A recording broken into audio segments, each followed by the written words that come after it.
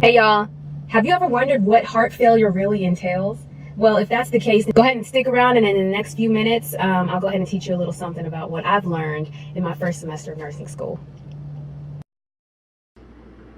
Hello, my name is Cynthia Niles, and today I'm going to discuss with you the disease process of congestive heart failure.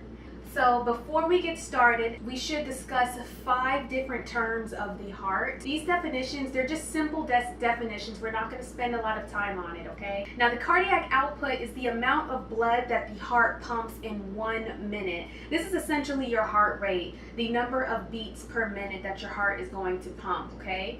Now, the stroke volume is the amount of blood that the left ventricle pumps within 1 contraction, okay? It's real easy to get those confused, but just remember, cardiac output is beats per minute that your heart is going to pump throughout your body, and then the stroke volume is the amount of blood that the left ventricle ejects within 1 contraction. All right. Now, the contractility of the heart simply refers to the heart's ability to pump or contract. Now, an important term is preload. Now, preload refers to the heart's ability to stretch the ventricles to its greatest capacity in order for the blood to adequately fill within that ventricle. Okay, this occurs before the contractility or the contraction phase of the heart. The afterload occurs during the ejection phase of that left ventricle, expelling that blood out into the rest of the body.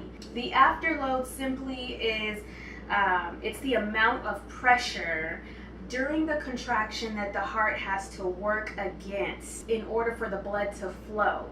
So we do not want the afterload pressure to be elevated at all, because then that kind of hinders the blood flow.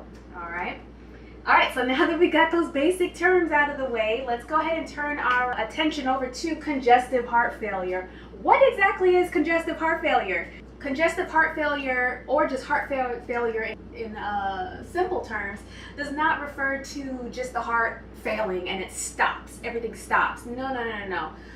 This actually just refers to the heart's inability to adequately pump blood throughout the rest of the body. Now, you know, within your blood we have oxygen and nutrients, you know, and of course other essential, like proteins, other essential components to feed these tissues within your body. Starting with the etiology or the underlying causes of congestive heart failure.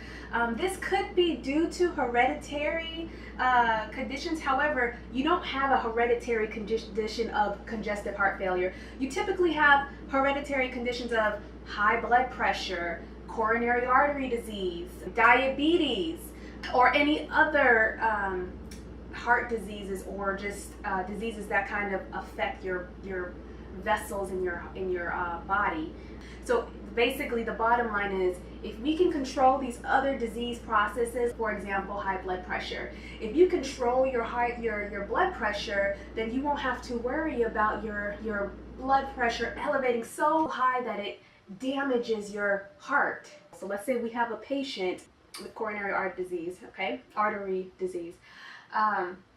and they have a damaged heart. In fact, their heart is so damaged that the myocardium, or the muscle layer within the heart, has become weakened, okay? Now, once your myocardium is weakened, then your cardiac output, your contractility, as well as your stroke volume is all going to decrease, okay?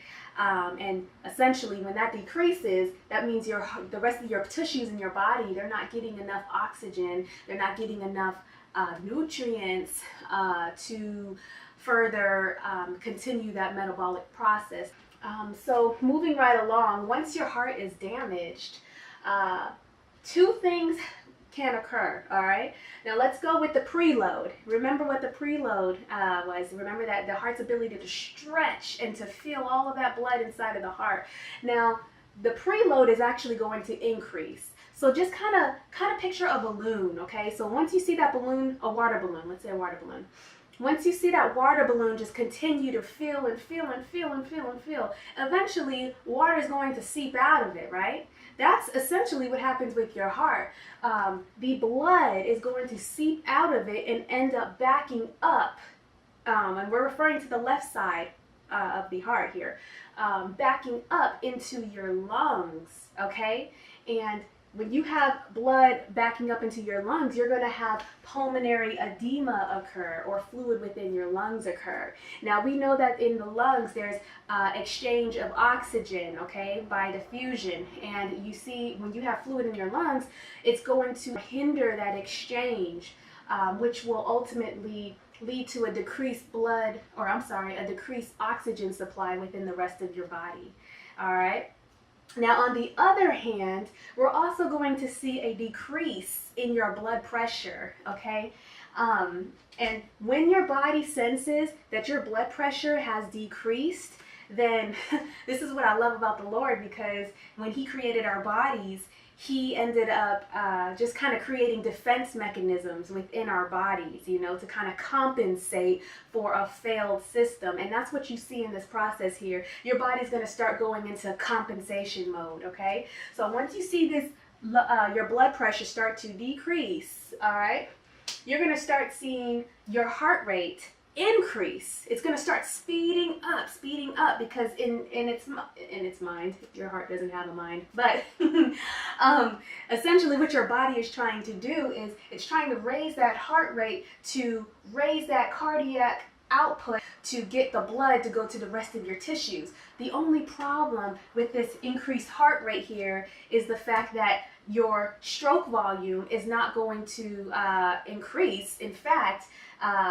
you're not going to have enough blood within that left ventricle to expel to the rest of the tissues, because it's beeping, it's pumping so fast, it's not giving your heart enough time to like capture all of the blood, you know, within the heart, okay?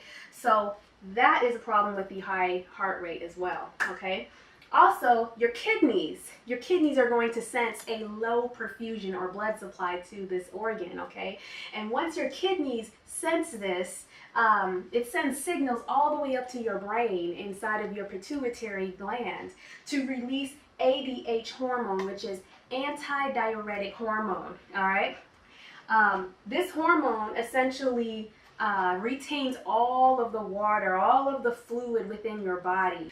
Also, your kidneys are going to release renin. This is a hormone called renin. Essentially, renin is going to convert into angiotensin 1, then angiotensin 2, and then you're going to have a powerful hormone produced, which is called aldosterone. This aldosterone does two different purposes. It retains all of the water, like ADH, along with sodium. Aldosterone retains water and sodium, and then your ADH hormone only retains water. All right, so right now what's happening in your body right now, you're having all this water retention and sodium being retained in order to raise that blood pressure. You see, your body's trying to work in order to find another solution for this low blood pressure initially. All right, also aldosterone's also going to increase the peripheral resistance of your blood flow, which will ultimately increase the afterload of your heart, okay? The afterload is that pressure that the heart has to work against in order to adequately flow. Cause your blood to flow. Now, if this is increased, then the heart's gonna have a hard time trying to flow against that resistance, you know? So ultimately, an increased peripheral resistance plus an increase in the afterload is going to increase your blood pressure also, okay?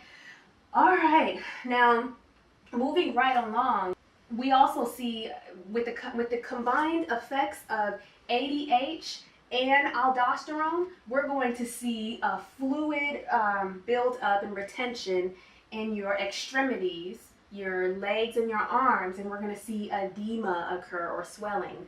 And then you're also going to see the blood volume increase as well. All right. So with a high heart rate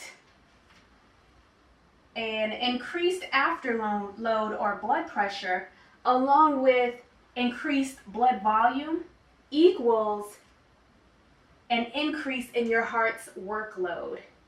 Pretty much your heart now it's overworking itself in order to compensate for this here, this low blood volume, for this damaged heart here. So now it's working itself to death.